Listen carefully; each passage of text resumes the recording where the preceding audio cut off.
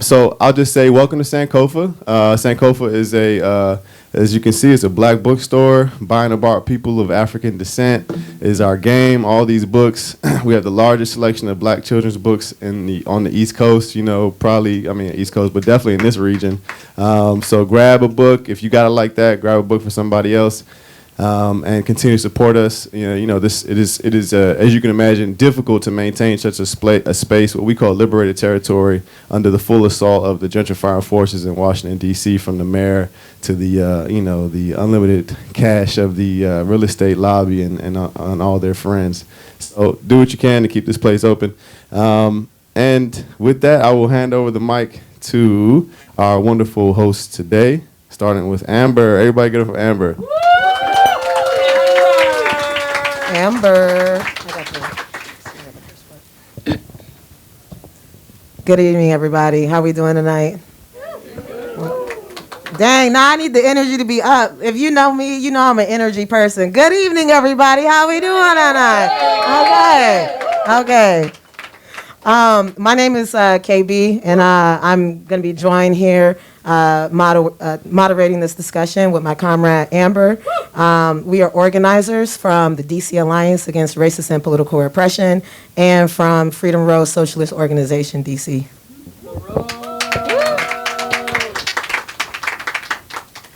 Let me go into a bit of who we are. As the DC Alliance, the DC Alliance is the DC branch of the National Alliance Against Racist and Political Repression, which is a mass defense organization that grew out of the historical movement to free Angela Davis and all political prisoners in the 1970s. Yeah, that's awesome. Locally, our work centers on winning the demands of families through campaigns that bring the fight directly to the powers that be. We organize with the ethos that when we fight, we win. And through uniting all those who can be united in the struggle for community power and political freedom, can we build the movement to change our material conditions. Amazing. So we're here tonight to talk with Frank Chapman, which we will get into his illustrious introduction later, about community control for the police, or community control of the police, and about one of his books that he wrote, which is called Marxist-Leninist Perspectives on Black Liberation and Socialism. So really quick, we just want to give a brief overview of what community control is.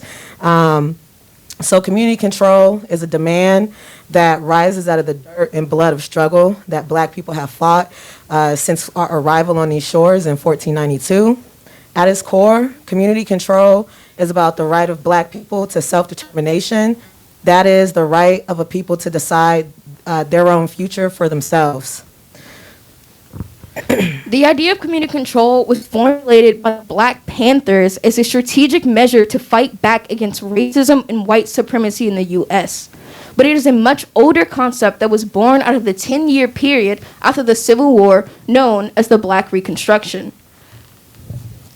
Community control means a directly elected all-civilian council, final authority over police policy, oversight policy, and budget, including writing and reviewing, full authority on disciplinary measures and legal recourse, including subpoena power and the convening of grand juries, hiring and firing power over the police chief or superintendent, all officers on the force, the head of any existing oversight or review boards and offices, and the members of those. Full access to all investigations by the oversight or review institutions, broaden the scope of investigations to include all allegations of misconduct, including sexual assault, negotiation on police union contracts, exclude all current and former law enforcement agents from serving on the board. So, and just to wrap that up, when we talk about community control, we understand that as the system of policing currently, exists, is that we don't have power, and therefore we don't have the ability to get justice for the things that the police do to our communities and accountability for what they don't do. And the only way to change this dynamic is not by appealing to the moral sensibilities of our oppressors, but by taking our power back and our control back to control our own destinies and our own communities so that we can determine what we want our streets to look like and who we want to be on the streets. If we had community control in DC, what we see with these ICE kidnappings, these detentions, the federal roving police gangs that are terrorizing the South Side, we would be able to put a stop to that. And we would be able to get justice for these racist killer cops that, are terrorizing our communities, and to get these cops off of our streets because they are a danger to our communities and they're a danger, to our ability to, govern ourselves and to just be free, of like racist oppression and stuff like that.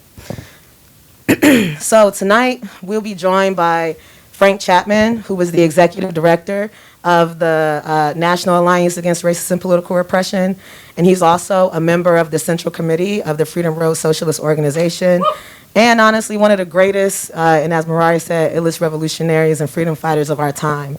So Frank is a political prisoner was a political prisoner who spent about 15 years in prison before he was freed by the organizing efforts of the National Alliance in 1976. And he actually just celebrated his 50th freedom anniversary just a few days ago. So give it up for Frank, y'all. He is also, as I said before, the author of Marxist-Leninist Perspectives on Black Liberation and Socialism and his autobiography, The Damned Don't Cry. Frank has been an integral part of leading the movement in Chicago to get community control, which they now have, and they're trying to get full community control. And beginning in 2012, Frank helped to wage a 10-year struggle that started with the murder of Rekia Boyd, and it ended in 2021 with the passage of what's called the Empowering Communities for Public Safety Act, which allowed the first measure of community control to come into effect in Chicago, which is, the leading legislation on, community control in the entire country. Nowhere does anything like, empowering communities for public safety exist, and it's only in Chicago, and we're trying to bring that same type of framework here to DC. So please, without further ado, give it up for Frank. Frank, if you want to introduce yourself, say some brief remarks, and then we'll get into it. Sure. Can you hear me? Yeah. Okay. Good evening. My pleasure to be here with you, and it's always very pleasurable to be with a bunch of freedom fighters who are carrying the struggle forward today under these very trying and difficult circumstances that are being imposed upon us by a degenerate and reactionary ruling class that has no intention of ever giving us our democratic rights. So I was just thinking as people were speaking, I am 83 years old. I'm entering my 84th year this year, and it made me reflect back. I was born in 1942. I lived over 20 years under Jim Crow. I was born into Jim Crow, and I was born in the South, and that's where St. Louis, Missouri is at. And so the first 20 some odd years of my life, I experienced some of the harshest, most fascistic type of racism that you can imagine in this country.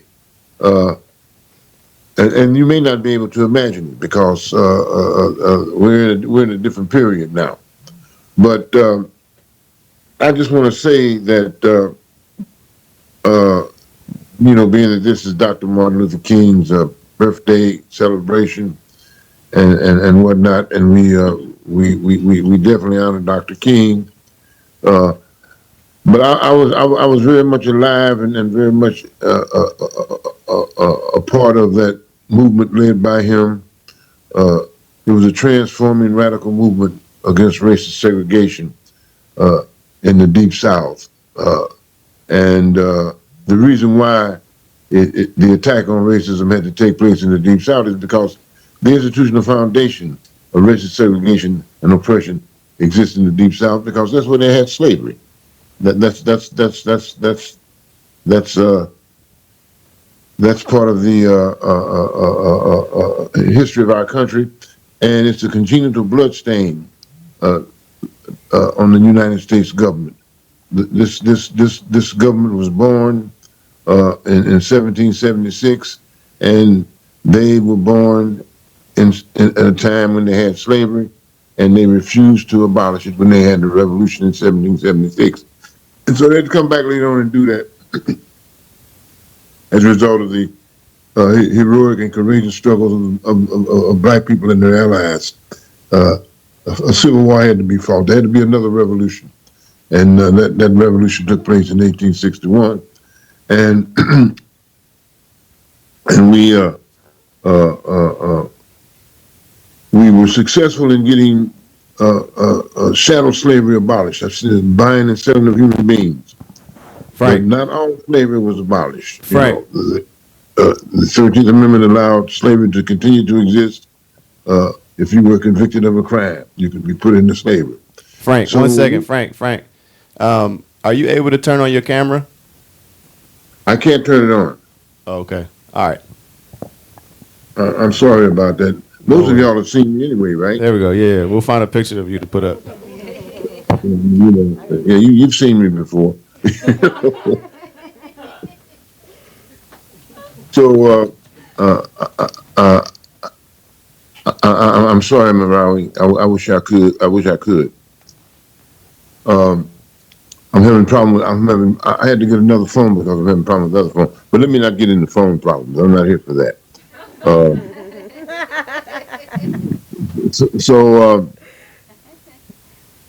I mentioned my lifespan because I have seen a lot of history unfold, and I was beginning to speak to some of it just then before you raised your point, Marawi. I think it's absolutely fitting that we honor Dr. King and his life and his times, because he not only brilliantly led a radical movement for social change in his day, but it laid the foundations for what we are also doing today. That's the way history works. Every preceding period lays the foundation for the one coming after it. And I think that today we best carry out those traditions by standing in absolute solidarity with the people of Minnesota in their fight against the racist tyranny of Donald Trump and his ruthless and relentless efforts to try to impose upon us a police state. Which the people of Minnesota are courageously resisting, and which we also join them in that resistance, and we're going to resist it all over the country. It's not going to just be in Minnesota. Wherever it comes our way, we're going to resist it. We're not going to allow this to happen. And that's that. So that's that part. The other part is I want to just speak very briefly about my book on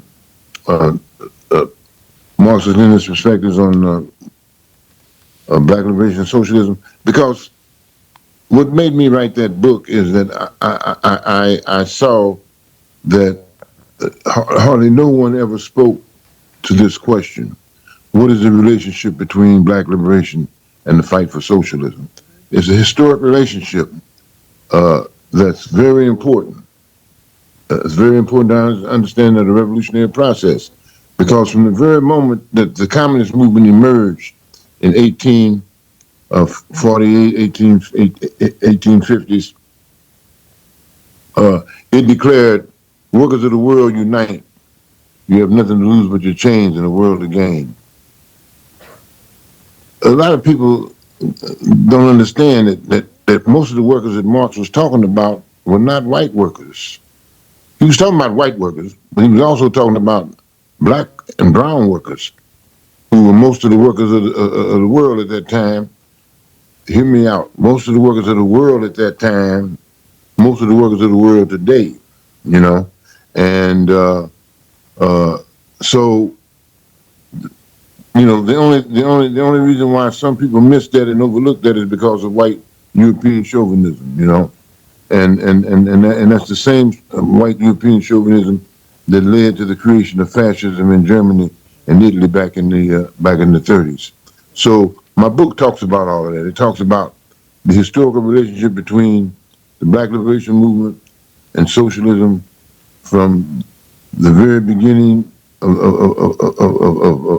the rise of the modern communist movement up to the present, you know, and it shows that relationship has been a very dynamic one, and it's a relationship that exists between two revolutionary movements, because the Black Liberation Movement is a revolutionary movement in its own right.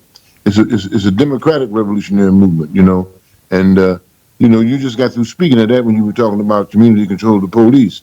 That's a revolutionary democratic demand coming out of our history, you know, and a lot of people don't realize that because they don't realize what the historical demands are coming out of our struggles.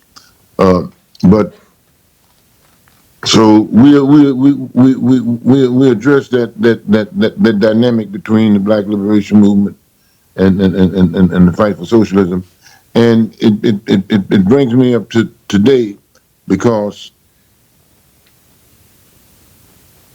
during slavery time, when we were talking about having a bourgeois revolution, uh, just giving us the same rights that everybody else had in terms of voting rights and so forth and so on.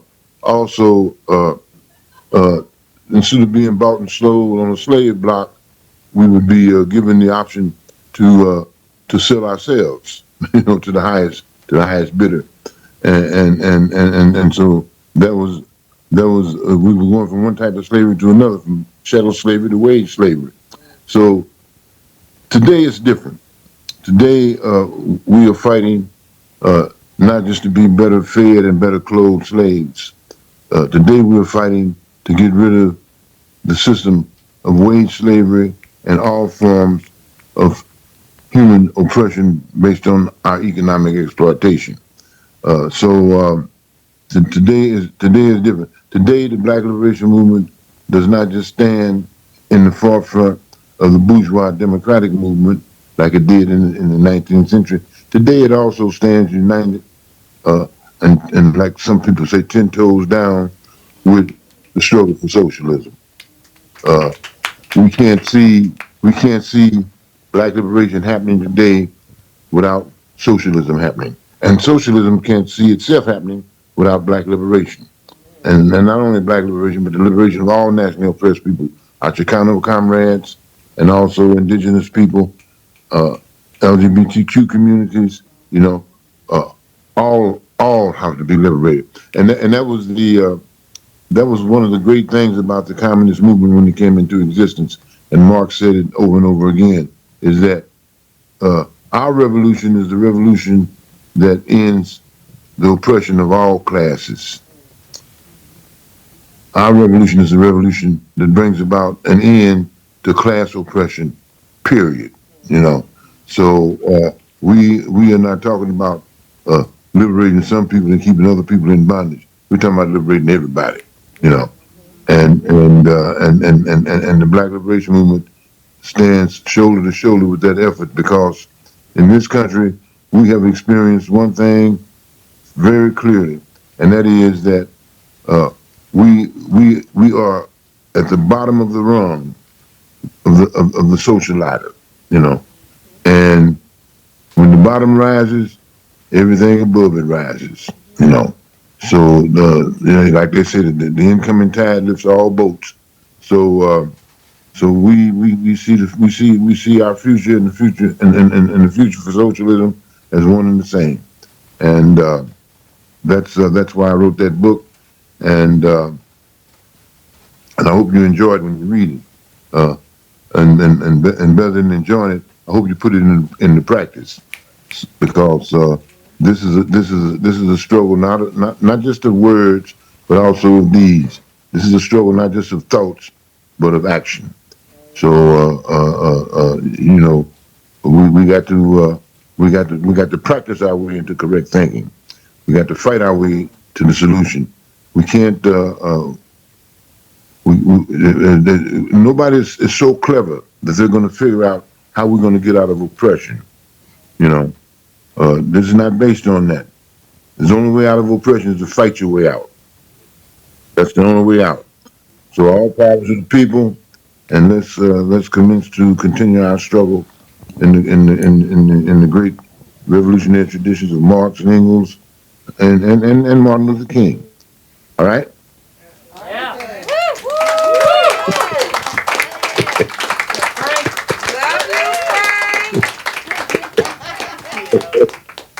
Yeah, well, I'm smiling now. I'm laughing. 'Cause you can't see me, but you, but you can hear me. That was amazing. Yeah, and I can hear you too. Yes, go on. Thank you so much for inviting me to this momentous meeting you're having today.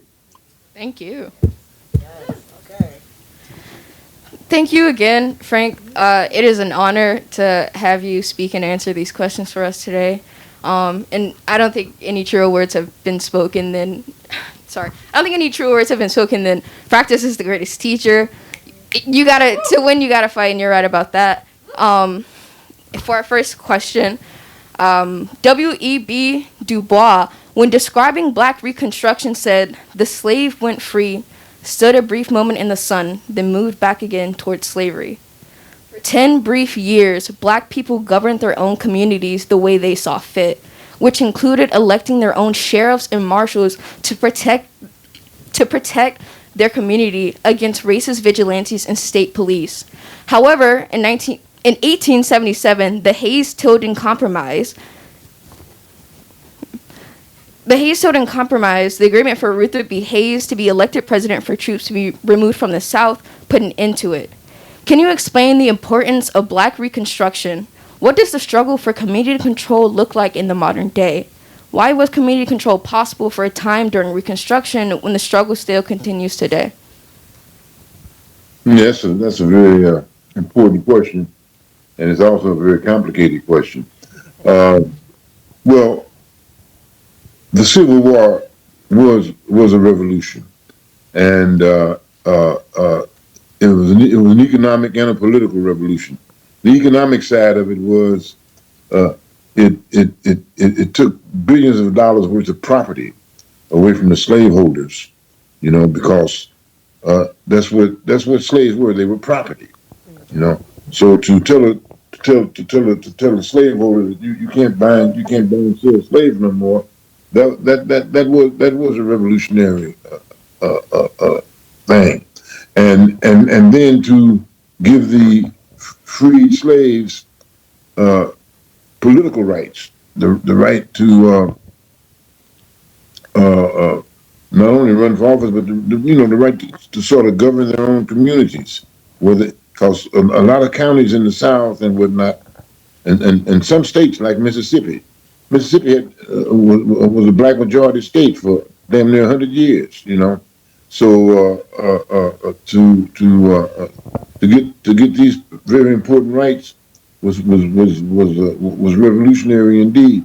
But there was also a counter-revolution, and that counter-revolution was led by ex-Confederate soldiers and the Ku Klux Klan, and they were very relentless. They used every method of terror in the book to overthrow the Reconstruction governments of the South, and those Reconstruction governments, when they were backed up by federal troops and whatnot, they enforced the law, and they kept these counter-revolutionaries out of power. You know, the Ku Klux Klan was not allowed to exist in a lot of the jurisdictions where Black folks held political supremacy. And like I said, we had our own sheriffs and our own law enforcement and whatnot, and the main purpose and the main function of the police, of our policing at that time, was to defend the gains of the revolution. So who were we policing? We were policing the Ku Klux Klan. We were, you will find that during the Reconstruction era, uh, thousands of members of the KKK and the slaveholding powers had been brought to trial and denied the right of habeas corpus. They were denied the right to legally function, so they could not be a threat to our people, and they cannot form these revolutionary clubs for taking power back away from black people. And that lasted for 10 years. Du Bois wrote a book about it called Black Reconstruction, and it was known during the it was known back during that time as radical Reconstruction because it was radical, but it was also black. And he truly demonstrates in his book the revolutionary character of that movement. So now today we're still fighting that battle.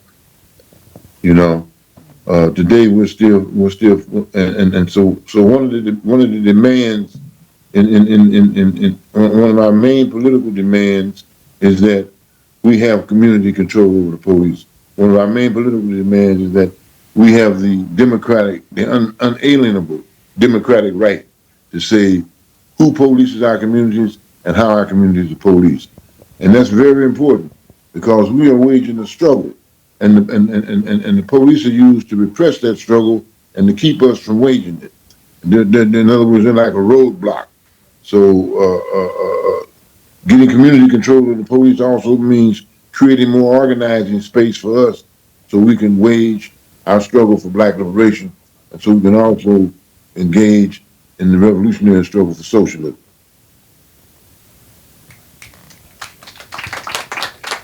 Amazing. Thank you for that, Frank. Without repression and persecution. Thank you for Can that. you hear me? Yeah. Can you repeat the last thing you said? You went out a little bit. No, I say the repression is the way that the ruling class, I'm going to just rephrase it. Repression is the way that the ruling class fights us as we try to carry out our struggles for radical social change. And they use the police to do that. So when we talk about community control of the police, we're talking about moving that block out of the way. We're talking about creating greater organizing space for our people to wage the struggle for black liberation and socialism. Hell yeah. That's basically what I said. Hell yeah. No, I'm appreciative to hear that restated. Thank you for that, Frank. So our next question, wanted to shift a little bit and ask about the World War I era. So World War I, which was between 1914 and 1918, was an inter-imperialist war that was waged between European and Western powers for supremacy and control of markets, raw materials, and labor in the African colonies, the Middle East, and on the European subcontinent. Frank, you said before that at the time of Reconstruction, imperialism came into being, and at the beginning of World War I, that started the beginning of imperialist decline or decay. Can you describe what you mean, and what does this mean for the struggle for black liberation and socialism worldwide? Sure. Well, World War I, there were hundreds of wars before there was World War I. There was wars stretching from 1492 when Columbus claimed he discovered America because he didn't discover none, he was lost.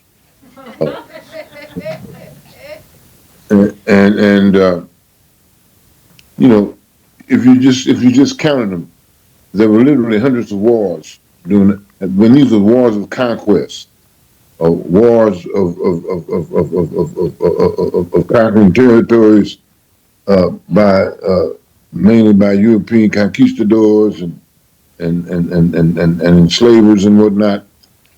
And that's how the old colonialism was spread. It was spread by wars of conquest and whatnot. And that's how the world market was created for capitalism. Uh, now, uh, with the turn of at the turn of the century, from going from the 19th century to the 20th century, this changed.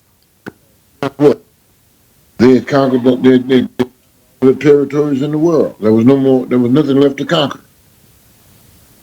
So there were no more. There could be no more wars of conquest because there was no more territory to be conquered. So since there was no wars of conquest, so they had another war called World War One. That was a war to redivide the world. That was a war. That was a war between the imperialist powers, where they were fighting to redivide their territories up. You know, so now that there was no more world to conquer, they started conquering each other. You know, and having these internal imperialist rivalries between themselves. That's what World War One was all about. It was about one imperialist country fighting another to try to get, take possession of each other's colonies and so forth and so on. And of course, the oppressed people in the colonies and whatnot, and including black people in this country, they were just pawns in those wars, cannon fodder. Uh, but something came out of those wars that they wasn't expecting. A socialist revolution, where the socialists challenged the imperialist powers uh, by supporting those rebellions and those struggles that were already fomenting in the colonies against the imperialist powers. And so socialism became a threat to this whole entire structure and whatnot. And every liberation movement throughout the world, including the Black liberation movement in this country, took it was like fuel for our movements. We took we took a lot of energy from that, and we began to advance our struggles. And since the socialists had achieved state power, they were able to help us in prosecuting those struggles. So I hope I answered your question. No, you did. And just to follow on with that, what how does that play into the, and maybe I want you to restate parts of your answer, but how does that play into the socialist revolution of 1919 and the Soviet Union, and did they 1917? Oh, excuse me. Yes, of 1917, and did they take any inspiration from the Black liberation movement here in the United States? Yes, of course. The international socialist movement during Marx's time took inspiration from the black struggles in the United States. That's why they talked about the self-emancipation of the working class. When you read Marx and Engels, they talk about wage slavery, comparing the enslavement of the workers with the slaves, and explaining why there should be solidarity between the two. Yeah, they took inspiration from what we were doing, and also they inspired us further because they recognized that the fundamental character of our fight was against imperialism, the same as them, and so they saw the basis, they saw the material basis for solidarity.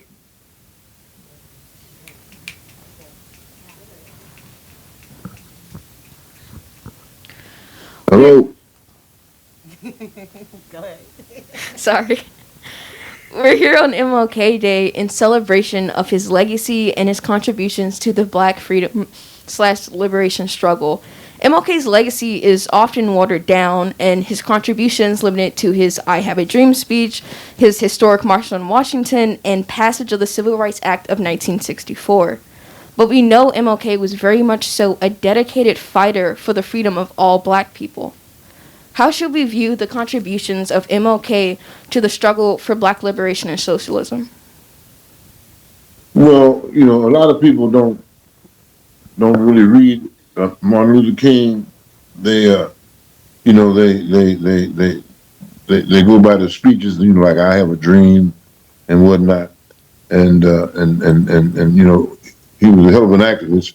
But they go by they you know the marches and so forth and so on. But he also did a lot of writing, and three things I recommend that people read that he wrote that will help answer, that will also help answer some of those questions. And one is the letter from the Birmingham jail. Uh, uh, uh, where do we go from here? Where do we go from here? And why we can't wait. Now, the revolutionary character of King's thinking and his strategy and his tactics comes out in that. You know, he understood that what was up against. You know, what we were up against at that time. He understood that that you know Jim Crow could only be defeated with a mass united front movement against racist segregation. But he also understood that that the South had state power and whatnot, and they had to go up against this, you know, and they did, and they went up against it successfully, you know.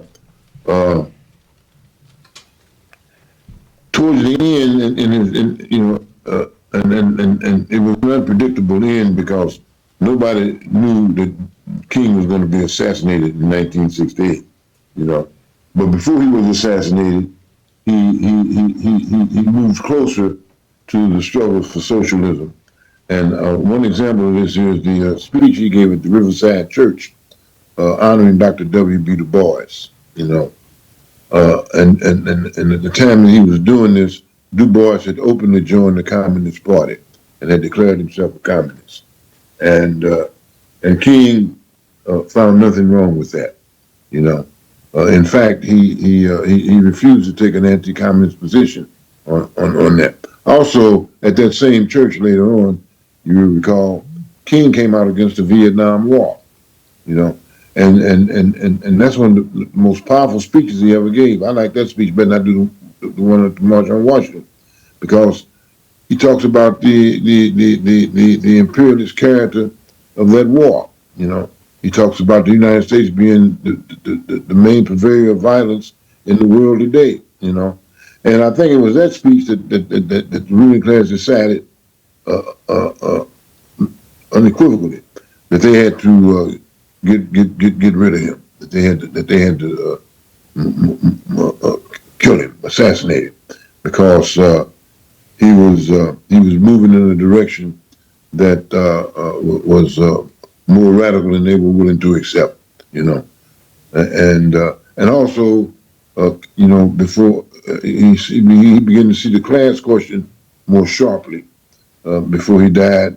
He also was involved in organizing workers. You know, in fact, he was killed because in Memphis, Tennessee, it was the workers going on a garbage strike down there, the black workers, which they became part of ASHME, the union, and it was in those situations that King was murdered, but he also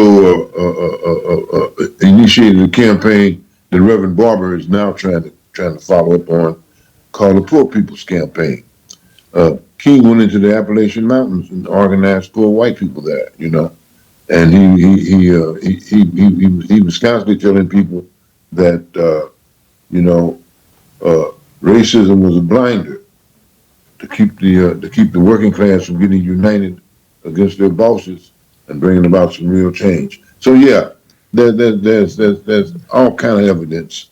Uh, of course, I saw more of it than you guys will ever see because I was living during that period. But you can read about it, you know, by reading those books I just mentioned to you.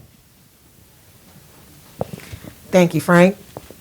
And we have just one more question for you before we open it up for a Q&A.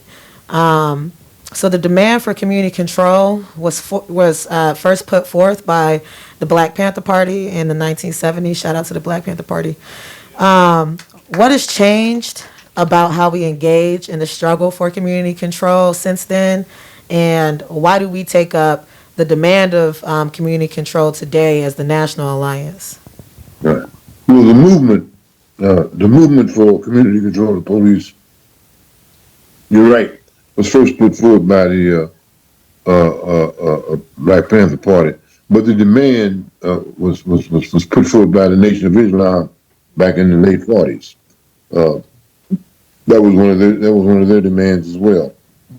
But they didn't build no movement for it. The Black Panther Party, they built a movement for it, you know, and and that movement inspired our alliance to, cause you know we were kind of contemporary organizations. The alliance was founded in 1973, and that movement was still going on here in Chicago for community control of the police. Fred Hampton was murdered in 1969, but the movement that he started here for community control of the police was still going on, and we worked with him and his family. Even after he died, and so we took that struggle up because we understood the historical importance of it. As I've already spoken on that already, you know, and the Panthers understood the historical importance of it because the police was trying to wipe them out, you know. So they knew they knew the need for it because in their particular case it was also a matter of survival. You know, they had to get the police under some high control, so the police could not be used to wipe out our movements, to kill our leaders. You know, and to sabotage and undermine our movements, which is what they were being used for then and what they're being used for now. You know, so yeah. Amazing, thank you, Frank. And do you have any closing remarks that you want to leave us with before we go to our Q&A? Yeah, in the struggle for community control of the police, make sure that you go to the people. You know, and I think the alliance is already doing that in D.C. and I think they're already doing it in a number of other places. So you're doing the right thing. Go to the people because this is very, very critical. And you know, I heard you. I don't know if you said anything about it or not, but you know, sometimes the abolitionists, and I'm not. I don't have no religion against them. You know, I just don't think that their tactics are correct. But sometimes they latch onto these families too. But the thing of it is that we have to remember, comrades, is that black people want justice. If somebody just killed my son and my daughter, my brother, my sister, you know, or my partner, a loved one, you know, I want justice. I want them to be punished for what they did, you know. And we can't exact any justice if we don't have no political control over the police. You know, we'll never get justice by just asking them to give us justice. You know, uh, you know, uh, we also demand that the police be convicted and sent to jail for the crimes that they commit against the people. And so that comes as a result of political power. And the only way to get political power is to take it. And the only way you can take it is with the people. And so we have to be right down there in the community organizing the people around the struggle for justice and teaching them how, and letting them also teach us how we can transform these grievances into struggle, that we can turn victims of police crimes into freedom fighters. Hell yeah. Thank you, Frank. Thank you. Y'all give it up for Frank Chapman. Hell yeah. And I know, this Yeah, is... y'all asked a lot of questions. we got some more for you, Frank. We got some more for you. No. Obviously we can't cover everything that, community control, entails, but I do hope it's clear for people what the demand is, and, more importantly, what it means for Black people, and for oppressed nationality people to demand community control. Because another word for community control is self-determination, the ability for us collectively to decide our own futures, not to have our future dictated to us, by someone else. And that is part and parcel in the struggle for Black liberation, in the struggle for socialism. These things are what we like to say dialectically connected and linked.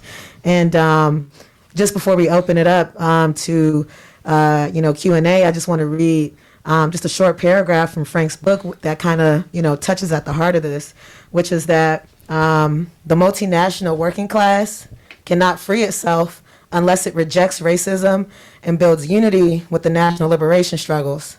And the oppressed nations can't end national oppression until they unite with all workers to overthrow capitalism. This strategic alliance at the core of a united front against monopoly capitalism is the only path of struggle capable of putting an end to this hated system. Winning, that is victory, will require the merger of these two movements. And I think that speaks to the need, for us to see ourselves in each other's struggle, that, we have a common enemy that we're fighting against. The same enemy that, creates hazardous workplace conditions, that, steals, from people, that, doesn't give people their fair day's pay, is the same enemy that is, responsible for maintaining the system of like racism and racist exploitation to further exploit our labor so that they can make more money, And so what that means is that our enemy is the same, whether we're white, Black, queer, straight, whether we come from the Appalachian Mountains or whether we come from, the South. Our enemy seeks to oppress us in these different ways, and it's the responsibility of all of us to unite, to come together, to use the one thing that we will always have, which is each other, to determine our own futures, to free ourselves from the chains of exploitation, which function as another form of slavery. So, with that, we'd love to open it up to the floor. And then if anyone has any questions that they would like to ask Frank, I see a bunch of hands. How do we want to do this? Pass the mics? Okay.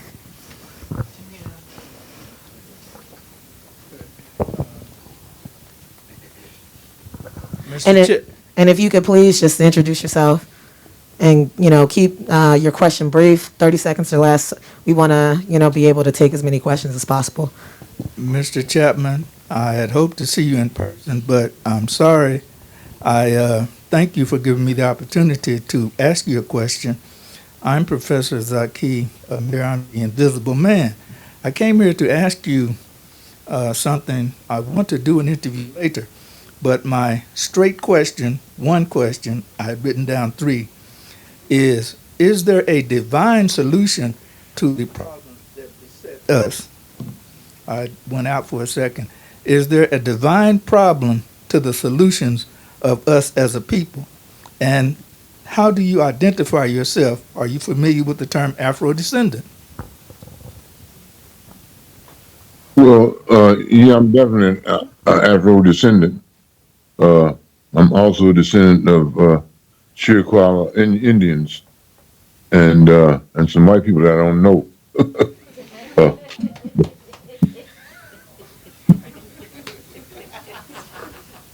but that's a matter of faith. That's a religious question. And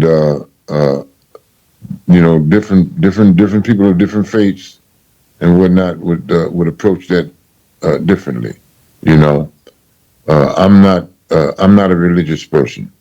I'm not against religion. I'm not anti-religion, but I'm not a religious person. So uh, I can't address questions about divine intervention and all of that because that's not part of my belief system. Thank you. Right on. Next hand.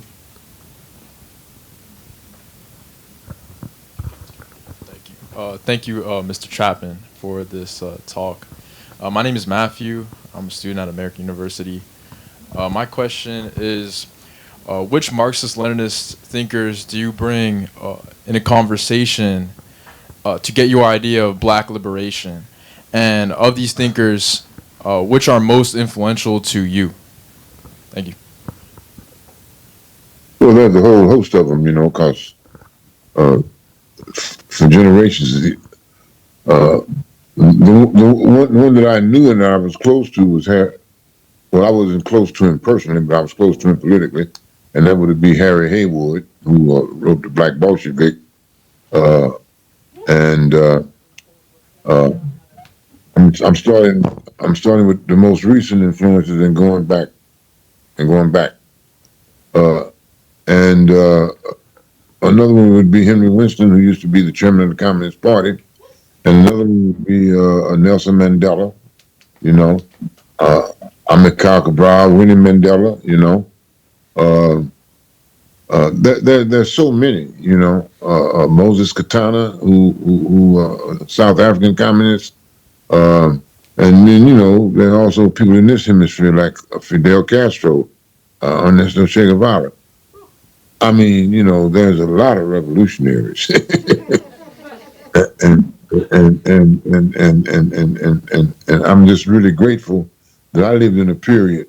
I was born in a time and lived in a period where a lot of them I got to know personally, and break bread with,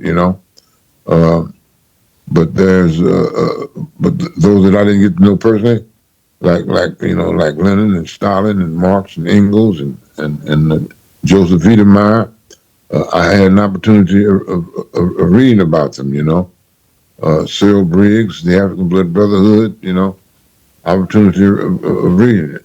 Hubert Harrison. Many of them are mentioned in my book, Black Liberation and Socialism. So it's no secret about who has influenced me, and who's currently influencing me as well. Right on. I hope I answered your question.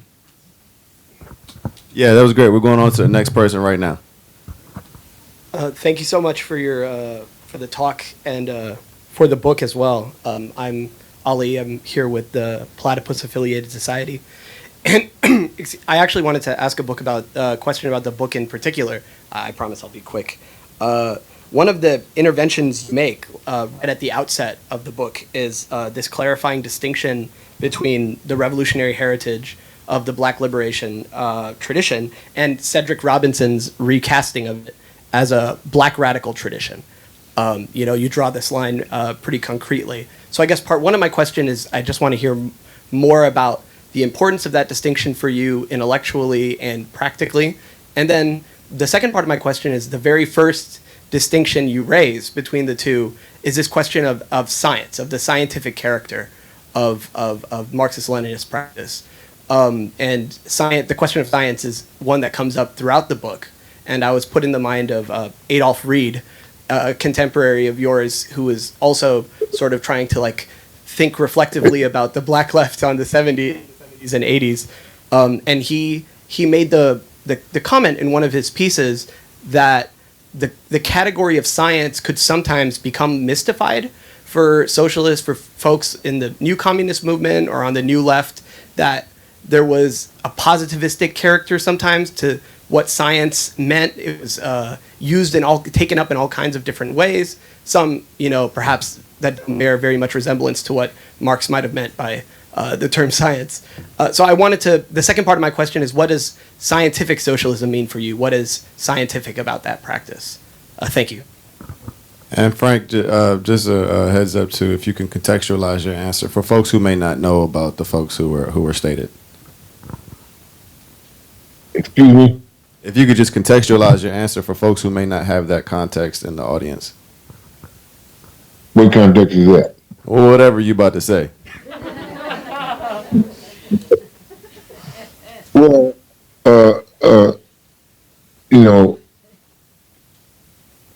science is positive knowledge based on experience, and coming out of experience. Marx once said that science begins where speculation ends, and so scientific socialism, unlike utopian socialism and whatnot, is not just a dream. It's not just a wish. It's not just a passion. It's not just a passion of the brain. It's based on political economy. It's based on a scientific discovery. And what was that scientific discovery? The scientific discovery was that capitalism exists off of the exploitation of labor. And economically, if that's true, and it is true, then we can measure that out and explain that with scientific exactitude. For example, how is surplus value created? Surplus value is created because the capitalist divides the working day up into two parts. The part where he pays you and the part where he doesn't pay you. You don't get paid for the whole entire working day, And so the part that you work for him and you don't get paid, that's exploitation. That's when you're slaving. You're slaving for him. So, but you're doing that because you sold your labor power. You sold your labor power. You sold your capacity to produce things. You sold that to the capitalist boss. And so that from the time he's got you in that factory, from the time he's got you at that machine, for that time he's in charge of your body and your soul. You are his. You and him. So the difference between you and a shadow slave is a shadow slave is sold by somebody else. You sell yourself if you're a worker, and you're forced to sell yourself because you're deprived of all other means of production. Now, if you look at capital, or if you read English, socialism, utopian scientific, this thing, the condition of the working class is explained with scientific precision. It's not.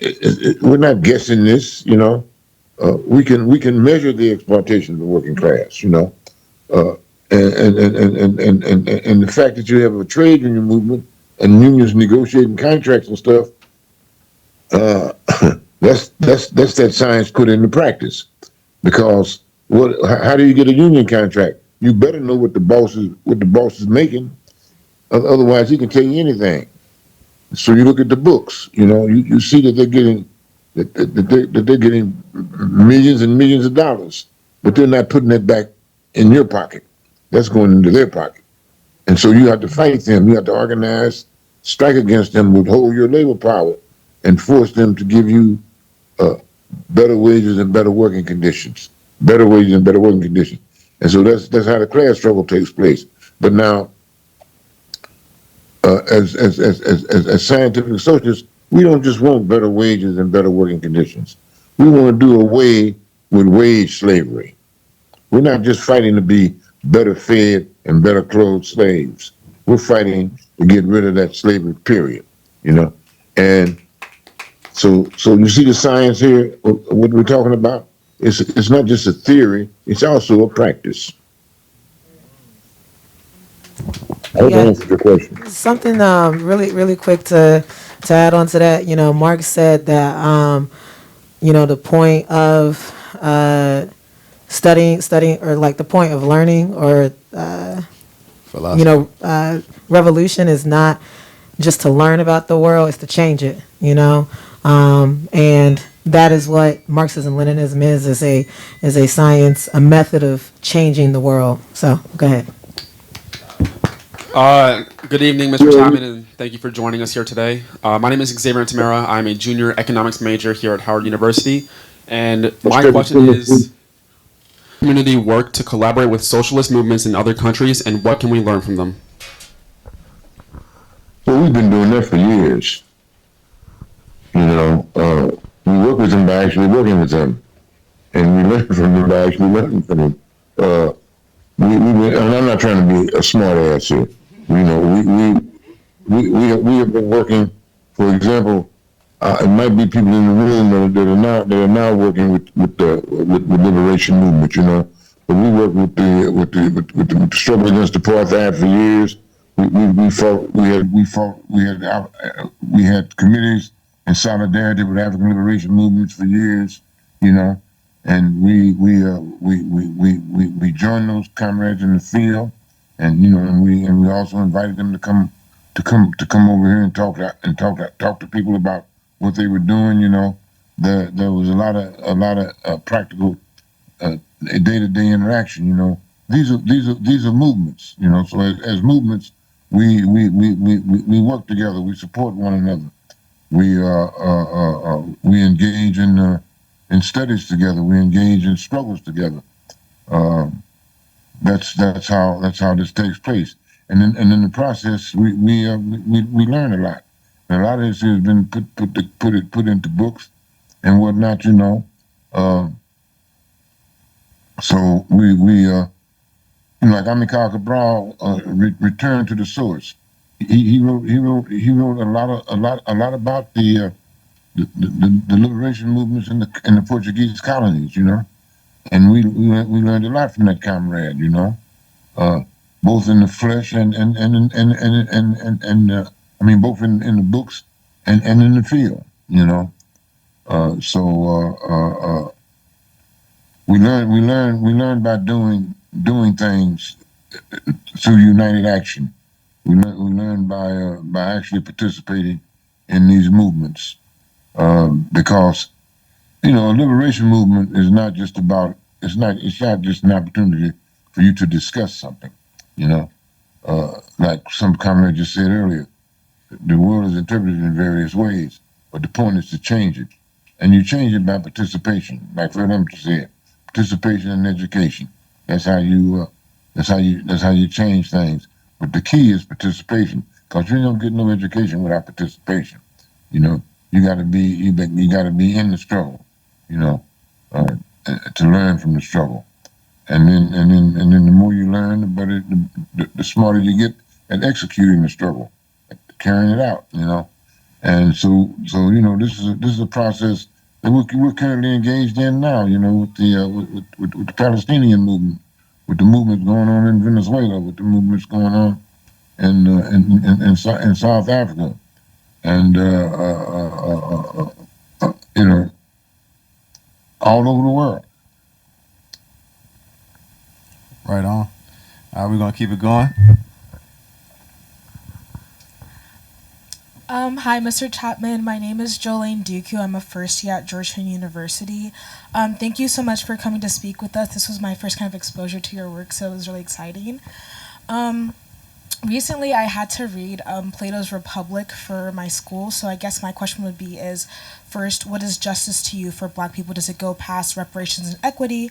And then do you think that this is something that is attainable within this century? And if not, what kind of steps can we take to expedite that process? Thank you. Okay. Can somebody repeat that to me, please? I don't think I heard all of it.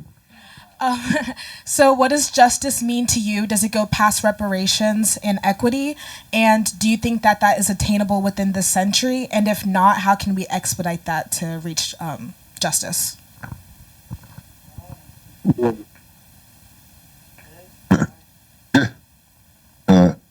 Justice doesn't mean to me anything abstract. Justice means to me us getting what we deserve when we deserve it. And if they don't give it to us, we fight for it. Like that word justice covers a whole lot of different fronts. Like what's justice in terms of a paycheck? If I put in a certain amount of work, and whatnot, I'm expecting to get paid. I'm expecting some economic justice. What's justice in terms of my community? If I'm on my way home and the police jump out on me and throw me on the wall because of my skin color, and I ain't done shit, but they got me under the suspect thing because I'm Black, and they want to stop me and search me and whatnot. Just as in that particular case, is for me to stop these stop and frisk things. We don't want that. A 16-year-old kid a 17-year-old kid gets shot 16 times by a cop, and he had a 6-inch knife, and that cop had a .357 Magnum, and he had a 9mm, and he shot that kid 16 times. Justice is to send his ass to jail for murder. That's what justice is in that particular. So depending on what we're talking about, that's how we have to work out the justice formula. What is the injustice that has been done? Because if I'm demanding justice, I'm demanding justice in the light of an injustice. I'm not just demanding justice in the abstract. I'm demanding justice because something unjust has been done to me, and I'm demanding justice because as a human being, I'm entitled to justice. And if they don't give it to me, I have a right to fight for it. I'm not even asking them to give it to me. I'm taking it. That's right. That's right. All right, we're going to the next one. Hi, Frank. Thanks for taking the time to speak with us. Oh, is it? Okay. Hi. Thank you for taking the time to speak with us today. My name is Aisha, and my question is about, you spoke a little bit about how Marx addresses the struggles of Black and brown workers in his work rather than exclusively focusing on the European context. And I was just curious as to whether you would be able to speak a little bit more about how Marx describes the oppression of Black and brown workers compared to the white European workers, and whether or not you might be able to recommend some particular texts of his where he describes this distinction. Yeah. Well, the main piece of Marx's work is Capital, where he talks about the exploitation of workers, and he talks about Black workers in there as well. But the first time that this subject comes up is in his critique of Proudhon's. Proudhon was a utopian socialist. He wrote a treatise called the Philosophy of Poverty, and actually he was Marx had a lot of admiration for him because he was the first socialist to really try to give an economic analysis of what was going on with the oppression of working people, and so Marx criticized that by writing the book, "The Poverty of Philosophy," and in his criticism of it, he talks about the the exploitation of black workers. He talks about, talks about slavery, and he shows where the whole world market at that time. This is what we're talking about in the 1840s. The whole world market at that time was based on chattel slavery, and he was explaining how the white workers in Europe, feel like they are on some kind of pedestal because of the enslavement of black workers in Africa and America, and also workers in China and different other places. But you asked me specifically about black workers. But he specifically talks about slavery in that regard. That slavery is sometimes used as a pedestal that the white worker can stand on and say, well, I'm not doing that bad, I'm doing better. But Marx was saying it's all a part of the same system. Your slavery is disguised because you're working for wages, whereas the chattel slave, his slavery is not disguised because he's being bought and sold. So you're forced to sell your own labor. If you're white, if you're black, you're captured and conquered and taken possession of, and your labor is sold by somebody else. But it still comes out of slavery. And no doubt the chattel slavery is the worst deal of the two. And so so he goes through great length to explain that. And then in the final analysis, like in Capital, what he says that labor in a white skin cannot be free if it is branded and sold in a black skin. So he was saying the white workers, you can't be free if you're going along with slavery. You got to be against slavery. Right on. You better preach, Frank. Thank you. Hello, can you hear me? Yeah. What did you say, KB? I said you better preach. All right. So, hi, my name is Justin. My question is, well, first of all, like you, I'm not really religious at all, or not superstitious, but I am like a filmmaker and a storyteller, and I have this, and the 250th anniversary of this empire is coming up real soon. So I have this like really aching feeling that a lot of the lessons of the past and of past ancestors, past revolutionaries are going to come in especially in handy this year. So my question to you is, for future generations, what lessons do you think they are going to look for in this year, in this moment? What lessons do you think that are going to resonate with people when, where the ancestors, when where the generation that people are looking back to?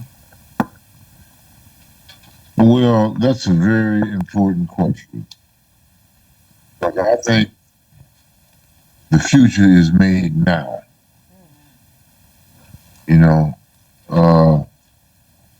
We better do something for them to look back at. The future is now. The future belongs to those who fight for it. So we want a future of liberation and socialism for the next generation. We want a future where people aren't hunted down like dogs by ICE and whatnot and thrown into vehicles and hauled off on planes and shit to countries that they weren't even born in. We want a future without the separation of families based on these criminal activities. We want a future where people are not dying because they can't afford health care. We want a future of liberation from these crimes committed against us on a daily basis by monopoly capitalism. And so if we prosecute this struggle successfully and carry it out to the finish, then people will look back and they'll say, we did a great thing. Right on. Frank, we got a question from a Alliance member right now, coming up right here. Yes. Hey, thank you so much for being here, Mr. Chapman. I actually had the pleasure of listening to you speak in Chicago at our national conference. My name is Morgan, and my question to you is, in an era of what looks like almost a new Monroe Doctrine under the Trump administration, how do we convince everyday people and people with maybe more of a liberal approach to activism to care about injustices beyond their shores and build a mass movement against American imperialism? Yeah, well, you know, I'm in agreement with that. Was that a question? Yeah, how do we do it? Down with imperialism, you know. The Monroe Doctrine is not just imperialist, it's a dated materialism. I mean, imperialism. It can't even happen. I mean, that era is over with. This is not no American century, you know. Uh, you know, whether they realize it or not, the United States is not ruling the world, you know. And they're soon going to find that out if they keep on fucking with people, you know, and interfering in their internal affairs, you know. Uh, uh, the Monroe Doctrine was bankrupt when it came out over 100 years ago, and is triple dipple bankrupt now, you know. That gunboat diplomacy shit, that this is the 21st century. That's the type of stuff they were doing in the late 19th century. So come on, you know. Trump really thinks he can turn the clock back, but time don't go back. You know, you can look back, but you can't go back. You know, time don't go back. When did that happen? You know, and science fiction movie or something with a time machine. You know, but in reality, time don't go back. You know, time goes in one direction, forward. Now you can go back. You know, in your thinking, and you can do some backward things. You know, which is what Trump is all about doing. You know. But he ain't, don't make no mistake about it. He ain't turning the clock back, you know. He ain't even stopping the clock, you know. What he's doing is delusional shit, you know. And that's why so you'll hear people talking on the newscast sometimes about whether or not he's losing his mind, because he's just that much out of touch with reality, you know. And all these lies that they're telling about Venezuela and whatnot, you know, based on force and terror. This is gonna catch up with them. In fact, it's catching up with them already. You know, they can't get away with this. You know, he says that the people of Venezuela did not want Maduro. Then why in the fuck did you have to go down there and kidnap him? If they didn't want him, you know, you go down in the middle of the night and steal somebody out of their country, and then you announce that, well, the people didn't want him. Well, yeah, okay. So we're supposed to be stupid, you know? You you went down there and kidnapped them people, you know? And then you blow boats out of the water and shit, and nobody gets to talk to nobody in them boats because you killed them, you know? And somebody that was holding on to some wreckage, trying to get some help because you flew over them in an unmarked plane and they thought that you were just a plane. They didn't know you were the killers, and they raised their hand for help, and you murdered them. You know, so that's piracy. That's murder. That's what you're doing, and the whole world is looking at you do it, but you're saying that you're doing something else. You're saying that you're cracking down on drug dealers. You ain't come up with not one iota of evidence about anybody dealing any drugs. You ain't came up with no drugs. You know, you just got dead bodies and blown up boats. You know, so this is just too crazy to be real, and people can see through that bullshit. You know, they are lying. They are lying. They are lying. Right on. We're going to the next one. Hello, Mr. Sorry, we're gonna move a little bit faster. Just we got a bunch of questions, a bunch of hands that we want to try to get through as many as we can. Sorry, go ahead. Hi, Mr. Chapman. My name is Edward. I'm from Washington, D.C. And I want to pretty much talk about what the young lady talked about earlier about reparations and putting it to the forefront. of being, it's been scientifically proven practically, but let me ask you this right here. The Indians got reparations. The Chinese got reparations for doing the railroads. The Japanese got reparations for World War II. It's a cardinal sin to say that the Jewish people got a country. But do you think that any practical attorney, prudent attorney, can prove that in a court of law? Whereas the executive branch to the judicial branch to the legislative branch, and what actually was what we must do right now in order to make that happen, or do you even think it could happen? Well, we have to take some political power to make it happen. But do I believe that we should be getting reparations? If that's what you're asking me, of course we should be getting reparations. You know, but 250 years of slavery. That means that they got to give us everything in the goddamn country, cause we didn't so all the wealth in this country belong to us. Reparations. What do we want? How much money are we talking about here? They ain't got enough money to give us reparations. We have to overthrow them. We have to take over. We have to get rid of this corrupt capitalistic government that's been robbing us for centuries. That's our reparations. Our reparations is revolutionary. But now, do I have anything against anybody getting some reparations from like the Japanese got or like the Chinese got? No, I don't have anything against that. I just want more than that. I don't think that's enough. Right on. All right, we're moving quick. We're gonna try and get through this in 10 minutes, so keep your questions short, folks. Hi, reflecting over your career, how did you detect counter-revolutionary characters and struggle against them? And also, in your own self, how did you detect and counter revolutionary tendencies? Thank you.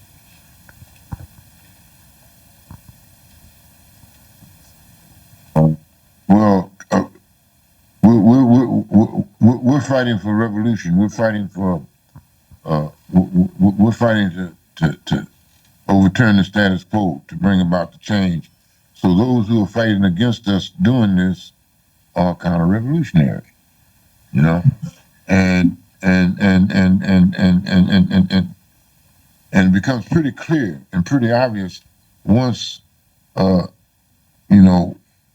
we take power. Once we take power, then those who are trying to get us out of power, they would be counter-revolutionary, and that's true in every revolution. When revolutions take place, when the revolutionaries take power, then somebody comes and try to take it back. Usually the ruling class has been deposed, then they're counter-revolutionary, and you have to fight against them. Now, that's what a counter-revolutionary really is somebody that is trying to over revolution after the revolution had happened, But now you got other counter-revolutionaries. They want to be counter-revolutionaries before the revolution, those are like the fascists, They don't even want us to have a revolution. So they're pretty obvious. They look like Trump, uh, and they look like ICE and all of them people, They don't want no changes to take place in society, So they tip their hands even before the revolution happens, They come out the gate being counter-revolutionaries, They don't want no change, no progress. They want to take shit backwards, So you know who they are. They announce themselves, They don't come over the evening news every day, but you know who they are. They're in the White House right now. Right on. All right, on to the next one. Hi. My question is, how do we go about organizing in an age of increasing surveillance and so much digitization? Even when I'll see teach-ins being organized with Google Forms, or like people posting, even like this event, like no shade, but like when I see it like on Instagram and stuff, and I'm like, these companies are owned by the very people that we're trying to fight against. And sometimes I just get concerned for, like, especially in the future, like our safety, if, you know. So what do you think we should do with that? Well, that sounds like repression. You know, you're trying to bring about a change, and the government and the different agencies and whatnot are trying to keep you from doing it, and so they got different instruments they use against you. You know, surveillance is probably one of the more mild ones. You know, but the worst one would be like police repression. You know, what's going on in Minneapolis right now. We have to fight against that. You know, we have to, and the best way to fight against that is mass movements. You know, masses of people like they're doing in Minneapolis, getting in the streets and protesting and saying no, no, no, we're not going to lay down for this. We're not going to let you repress us. We're not going to let you frighten us. We're not going to let you terrorize us. We're not going to let you convince us by threats and terror and violence that we should cease and desist in our struggle for justice. We're gonna prosecute our struggle for justice no matter what you do, you know, and we're gonna fight against repression. Right on, right on. Next question. Hi, Frank. I just wanted to ask a question a little bit more about like strategy and tactics, because, you know, I'm very much with you that what you guys did in Chicago with the Empowering Communities for Public Safety Ordinance, that's huge for this movement. And so, you know, I think a big question that's on my mind is how, with DC not being a state and, you know, the federal government literally treating us like a playground, you know, how do you see community control as a way to deal with this ICE terrorism that our communities locally are dealing with? Like, if you could just speak to how you see the strategy around community control and what's happening with ICE right now, I'd really appreciate that.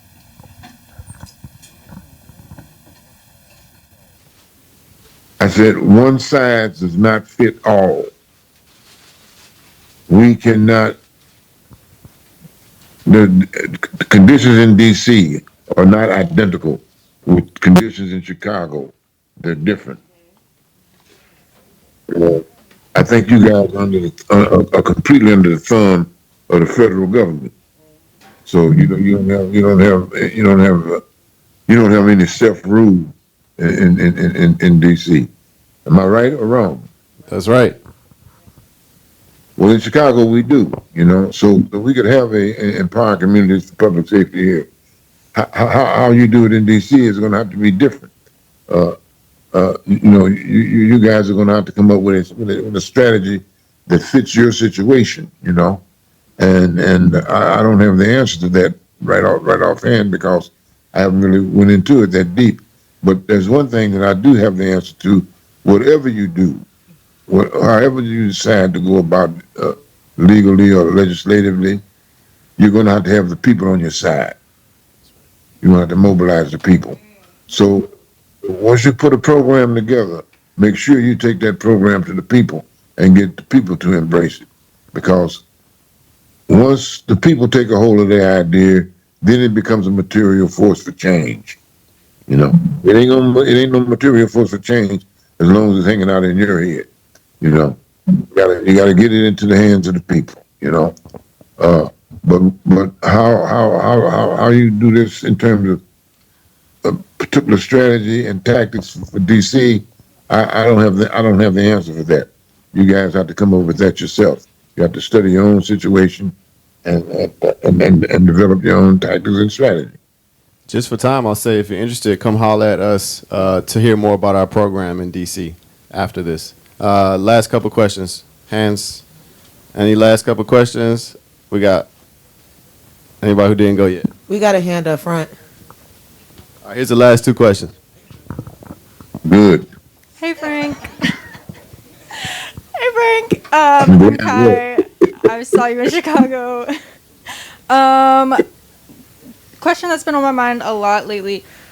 How do you recommend building solidarity with the quote unquote working class, but like the poor class, the poor working class, the poorer than poor people who it's almost impossible for them to unionize, like servers or even like, I don't know, drug dealers, people who we would consider outsiders to society. Who could still benefit from the fight? How do you recommend being in solidarity with them? Yeah, I've been, I've been an organizer, within the working class and around the working class and for the working class for over 50 years, and I can tell you from experience that the only thing difficult about organizing the working class is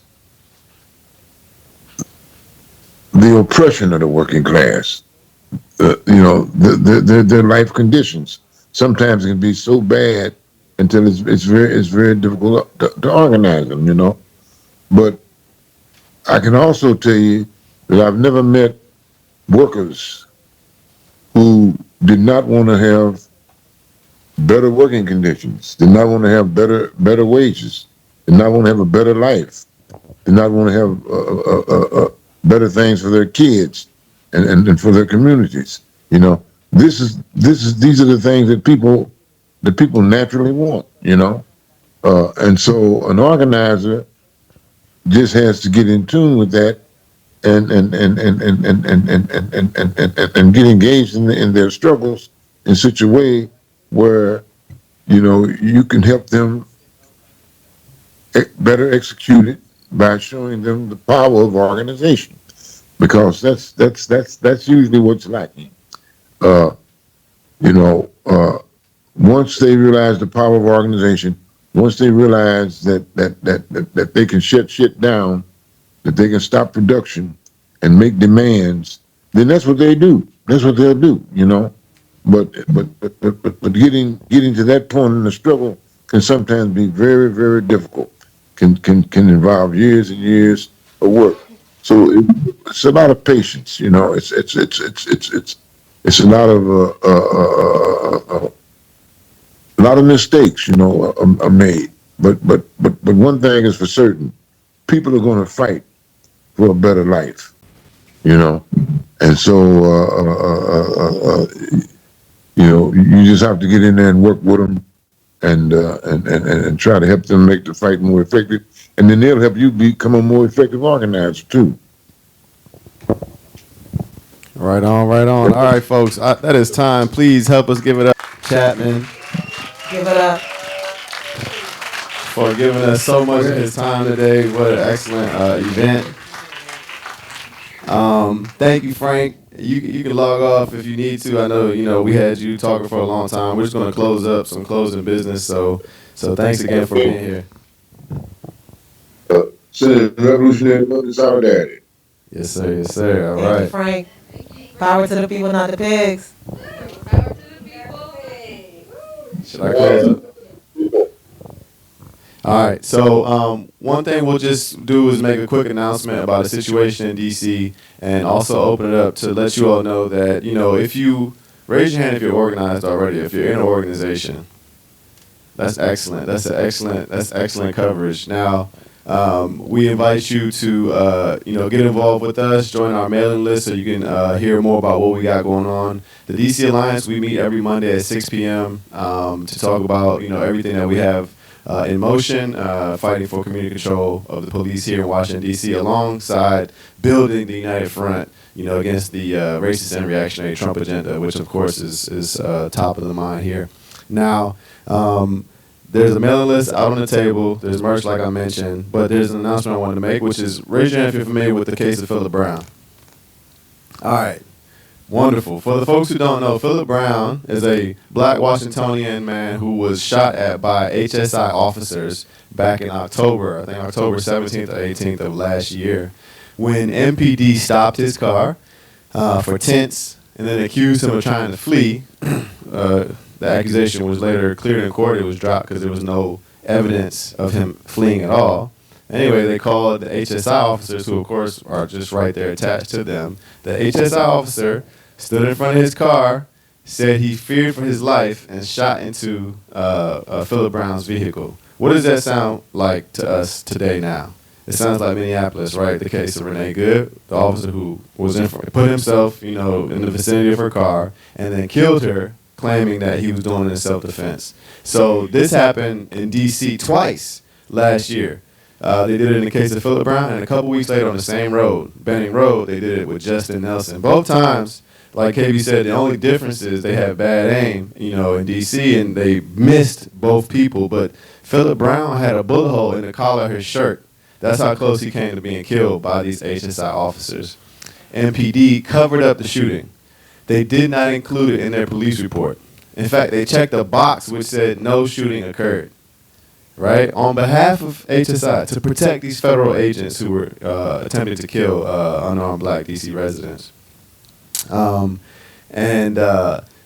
made its way up to, the chain of command. The police chief, Pam Smith, went into a public hearing and testified that there was no cover-up, that it was affixed. She lied left and right and said that the body camera footage was available. It's not. To this day, it's not. And so now MPD said, of course, they're investigating themselves. They came up with nothing. The U.S. Attorney's Office is declining to charge these federal officers in the case of Philip Brown because they say they cannot charge them because no one was hit by the bullet. Ain't that crazy? Ain't that crazy? Not only is it bullshit because even if he was hit by the bullet, they would not be charging these federal officers. It also doesn't hold up in law. The regular citizens of the United States are not held to that standard. You know what I mean? In fact, other officers are not held to that standard. You can't go shooting and be, scot-free just because you missed. In that case, the sniper who tried to kill Trump should be alive and free, just because he missed. You know what I mean? So there's no logic there. They're setting a dangerous precedent, but it's no surprise because it's the same thing they're doing in Minneapolis and everywhere else. They're showing us that they will not defend us. They will not lift a finger to protect, the residents of D.C. or any other city. And they're showing us that we need community control now more than ever before. Because if we had community control of the police, there would be no collaboration between MPD and ICE and HSI or whoever else. If we had community control of the police, they would not be able to come in here and break D.C. laws. We would be able to set policies mandating that they hold these officers accountable, that they arrest them, that they, whatever else that we feel that we need. We need to take our, if we want to talk about our program, if we look at what they did in Chicago, they took the power over the police away from the mayor and put it into the hands of the people in this body of civilians called the CPSA. Now that body right now has power over CPD policies. One of the first things they did was abolish the gang database, which was a mass surveillance tool that Chicago was using against the residents. Now residents are fighting to push it to eliminate pretextual stops as a policy within CPD, and I forget there's another one as well.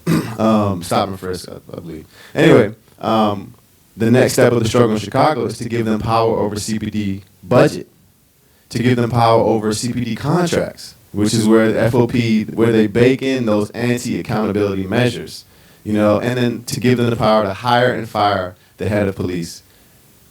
Don't we want that in D.C.? We want that power in the hands of the people in D.C. We want the power over their budgets, hire and fire the chief of police when she lies to us, when she doubles down, to help them cover up. And we want to be able to reach in there, hold them accountable, get access to all the information they have around their collaborations with feds. We want to set policy that mandates that they arrest federal officers who come into Washington, D.C. and break D.C. laws. Ain't that right? That's right. So, that said, the case of Philip Brown is important. We're taking it right back again to City Council. There's a lot of attention on this. We spoke to the media yesterday. There's news reports coming out left and right because it's so close to the case of Renee Good. And we want to use that momentum to direct it squarely into the hands of the mayor, who is now flaunting all attempts from us or even City Council for any type of accountability. The Pinto weakest thing she could do, she did. She sent a letter saying, give us more information about the collaboration. And even to that, Bowser was like, get that shit out of here. You know what I'm saying? Stop asking us these questions. You know we're not doing none of that. And so they're just going to, they're giving us fuel to build up this movement greater and greater. We work with Families Not Feds. Where's your hand if you're familiar with Families Not Feds? It's a coalition fighting against these local governments to stop this collaboration. So tapping with them, tapping with us, tapping with DC against the Trump agenda. We meet every Monday. We want to, work with students. I know there's a lot of students out here. We're tapped in with some and a couple of different campuses. We want to strengthen that and the anti-war movement as well. What was that? Who's that? No, I'm saying who meets Wednesday this week? Oh, we typically meet every Monday at 6 p.m. But this week, right? We're meeting at Wednesday, but typically Monday 6 p.m. Anything else? Online over Zoom. I think that's about it, y'all. Thank you so much for coming out. Like I said, sign on the list, tap in with us, buy some books, and check. Keep your ears open for the next event. Thank you. Hey.